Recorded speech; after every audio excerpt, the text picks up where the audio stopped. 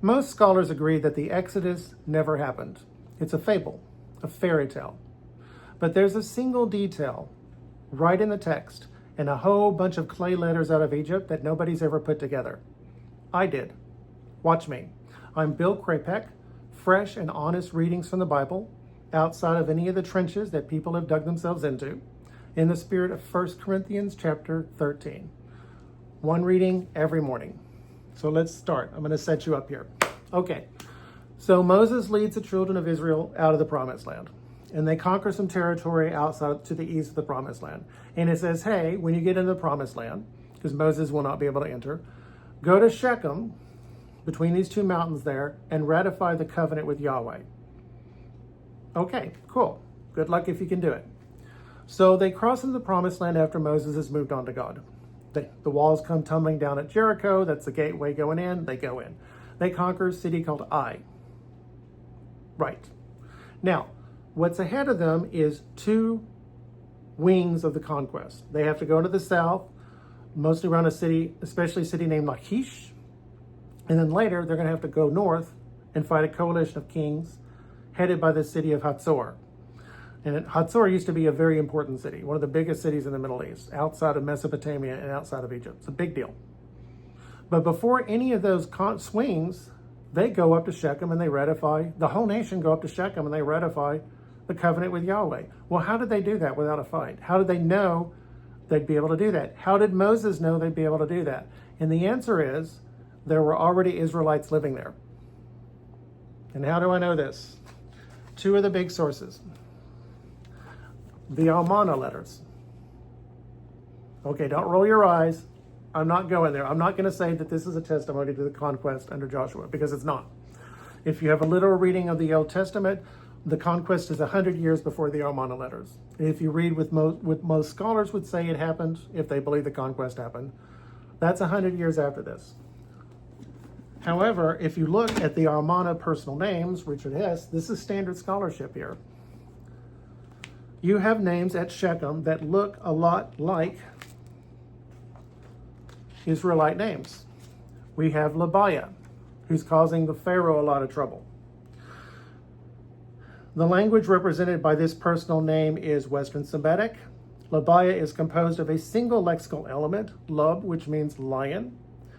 The hypochoristic suffix suspects that Labiah is best understood as a name shortened by the omission of the divine name. Hypochoristic. I'm William, so you call me Bill. I might be Guillaume, and you call me Guy. The divine name has been omitted. Yah at the end of a name is Yahweh. Isaiah, Hezekiah, Jeremiah. Why wouldn't that be Yahweh? Now, it's outside of the scope of this video, but the word Yahweh, or Yahoo, I think it's actually, shows up among a people called the Shazu. We know the Shazu are in the promised land at this time. They're giving hell. They're causing a lot of grief for the kings at Megiddo up in the north. This is exactly when you expect Yahweh to show up. Why wouldn't that be Yahweh? Why do you just assume it's not Yahweh? Lion of Yahweh, well, that sounds like Lion of Judah. Not unreasonable. The divine name has not been omitted. Now, in Leviticus, we have an infernal deity, we'll call him that, named Molech. Molech is related to Melech. Molech is a play on Melech. It's the word Melech, which means king, with the vowels for Bosheth put into it, which is shame, a shameful king. Molech.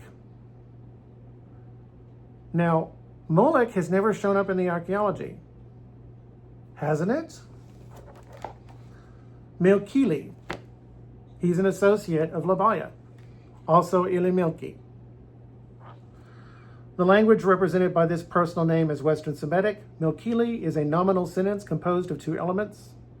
Nominal sentence name composed of two elements. The first element may be the divine name Milku, or it may be the noun Melech, which is king. Milku is the god of the underworld.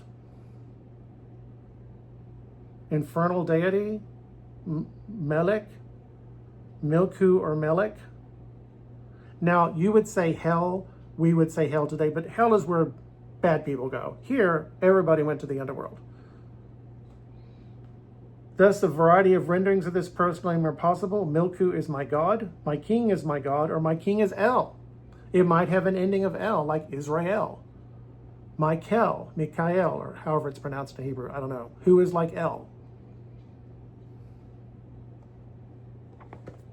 There's another name in here I'm not going to go. Mutbahlu, which I think means man of Baal. It's man of Bahlu. They don't know who it is, but why not Baal? King Saul, the first king of Israel, had a son named Ishbaal, which means man of Baal. Baal just means Lord. You think Baal is the name of a god? No, it just means Lord. Okay, and if we go with the name of, if we use the name of that son of King Saul to go on, it was once okay to call Yahweh Baal. And so if Mut Baal is just another form of Ish Baal, then it fits. Now, one thing I'm not doing is I'm not saying that this proves the Exodus. I'm working on a book called An Eccentric Tour of the Bible. I think the Exodus did happen because this is one of a lot of weird things that are going on in Palestine that don't really make any sense unless there's an Exodus going on. Now, scholarship is just not about being skeptical. Sometimes there's stuff sitting around outside of any of these trenches that people have dug themselves into. And it takes someone like me who's not in any of those trenches to find it. And I think that's what I've just done. Now, tomorrow, the one thing that both the church and the synagogue has been refusing to acknowledge for more than 2,000 years. There's a wedding in the Bible of two men. Iron sharpens iron. I'll see you tomorrow.